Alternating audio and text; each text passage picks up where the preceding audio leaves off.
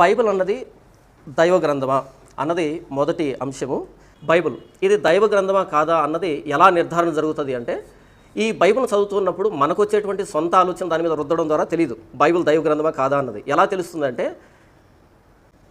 ద్వితీయోపదేశకాండము 4వ అధ్యాయం 8వ వచనంలో మోషే అడుగుతాడు ఇశ్రాయేలు సమాజాన్ని, మరియు నేడు నేను మీకు అప్పగించుతున్న ఈ ధర్మశాస్త్రం అంతటిలో ఉన్న కట్టడలను నీతి విధులను గల గొప్ప జనమేది అని ప్రశ్నిస్తాడు.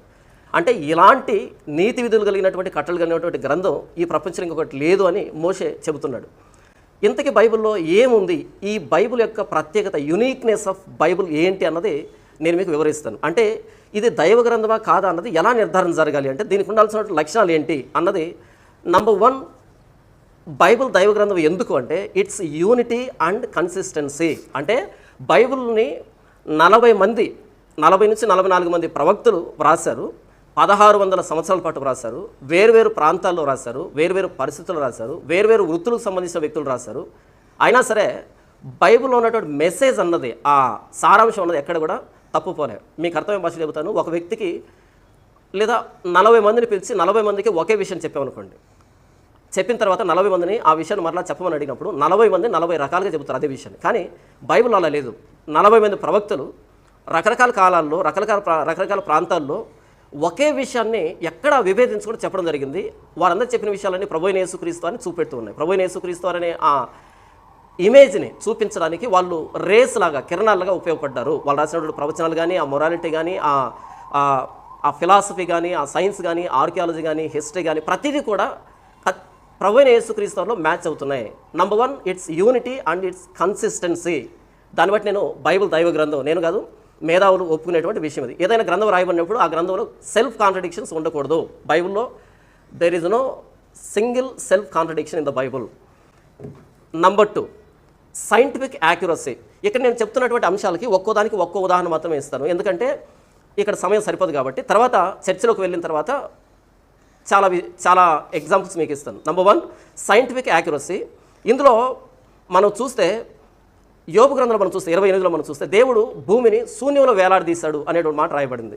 అయితే మనం గ్రీక్ మిథాలజీ కానీ, రోమన్ మిథాలజీ కానీ ఇక్కడ వెళ్ళినప్పుడు కానీ అక్కడ ఏనుగులు భూమిని మోస్తూ ఉన్నట్టుగా, గుర్రాలు మోస్తూ ఉన్నట్టుగా, లేకపోతే ఆయా కల్పిత పాత్రలు రకరకాల రూపాల్లో భూమిని మోస్తూ ఉన్నట్టుగా ఇలాంటి కొన్ని విషయాలు మనకు కనబడతాయి. కానీ బైబిల్లో యోబు గ్రంథం అన్నది ఆదికాండం కంటే ముందుకు రాయబడినటువంటి పుస్తకం అది. అయితే అది కూర్చే విషయంలో తర్వాత వచ్చింది. అక్కడ దేవుడు భూమిని శూన్యంలో వేలాడదీశాడు, అర్త్ హ్యాంగ్స్ ఆన్ నథింగ్ అనేటువంటి మాట రాయబడింది. సైంటిఫిక్ యాక్యురసీ, ఇది ఒక ఎగ్జాంపుల్ మాత్రమే. Number 3, archaeological evidences. బైబిల్కు ఉన్న ఆర్కియాలజికల్ ఎవిడెన్సెస్ ఈ ప్రపంచంలో ఏ గ్రంథానికి కూడా లేవు. అందులో మనం చెప్పుకోవాల్సిన విషయం ఏంటంటే, 1947లో కుమ్రన్ కేవ్స్లో దొరికినటువంటి డెడ్ సీ స్క్రోల్స్. ఆ డెడ్ సీ స్క్రోల్స్ని పరిశీలించినప్పుడు 99% అంతకుముందు ఉన్నటువంటి మ్యాసోరిటిక్ టెక్స్ట్తో ఎగ్జాక్ట్గా మ్యాచ్ అయ్యాయి. అంటే ఇంత ఆర్కియాలజికల్ ఎవిడెన్స్ ఈ ప్రపంచంలో ఏ గ్రంథానికి కూడా లేవు. So Bible is the word of God.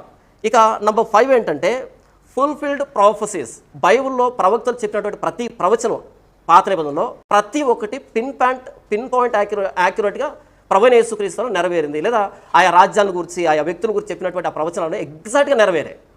Fulfilled prophecies. అందులో ఒక ఉదాహరణ ఏంటంటే, యెషయా గ్రంథం 53వ అధ్యాయం అన్నది ప్రతి అక్షరం, ప్రతి లైన్ అన్నది ప్రభువైన యేసుక్రీస్తు శిలువను గురించి యేసు ప్రభు రాకముందు 700 సంవత్సరాల క్రితమే ఇంత ఎగ్జాక్ట్గా ఎలా రాయబడింది. Fulfilled prophecy.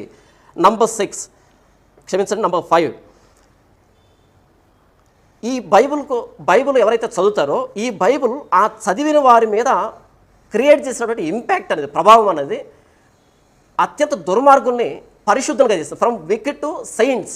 అంటే పాపాత్మ నుంచి పరిశుద్ధులుగా మారారు. ఇది దైవ గ్రంథానికి ఉండాల్సినటువంటి లక్షణం. ఇకపోతే బైబిల్ అనేది 2000 సంవత్సరాలుగా దాడి చేయబడుతున్నటువంటి పుస్తకం. మొన్న ట్యాంక్ బండ్ మీద కూడా బైబిల్ మీద దాడి జరిగింది. అంతకుముందు కూడా బైబిల్ని కాల్చివేయడం జరిగింది. అంటే మనకు తెలిసినటువంటి ఉదాహరణ.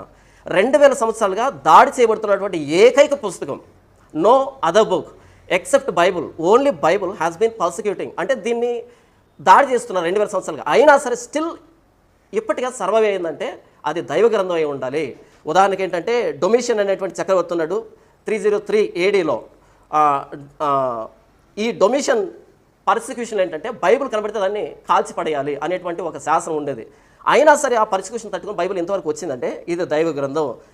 ఇంకా వేరే ఉదాహరణ ఏంటి అంటే, బైబిల్ని ఎవరైతే పట్టుకుంటారో వాళ్ళకి అర్థమయ్యే విషయం ఏంటంటే, బైబిల్లో ఉన్నటువంటి నీతి సూత్రాలు ఈ ప్రపంచంలో వేరే పుస్తకాలు మీకు కనిపించవు.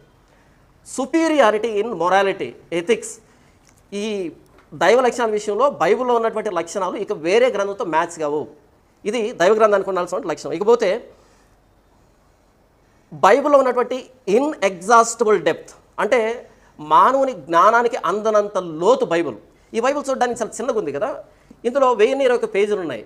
ఈ పేజీలు మీరు ఏ పాస్ దగ్గరికి వెళ్ళండి, ఏ మేధావి స్కాలర్ దగ్గరికి వెళ్ళండి, నేను బైబిల్ అంతా చదివేశాను, ఇదంతా నాకు అర్థమైపోయింది అనేటువంటి స్టేట్మెంట్ ఎవడో ఇవ్వడు. 100 సార్లు బైబిల్ చదివితే 100 కోణాల్లో అర్థమవుతుంది ఒకే విషయం.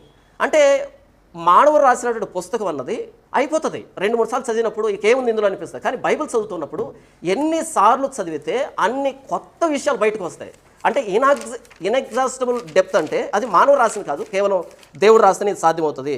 ఇకపోతే బైబిల్ దైవ గ్రంథం అంటే ఎస్, ఎందుకు అంటే ప్రభువైన యేసుక్రీస్తు దీన్ని అనేక సందర్భాలు కోట్ చేస్తాడు. పాత నిబంధన ప్రభువైన యేసుక్రీస్తు కోట్ చేస్తాడు, ఇది దైవ గ్రంథం.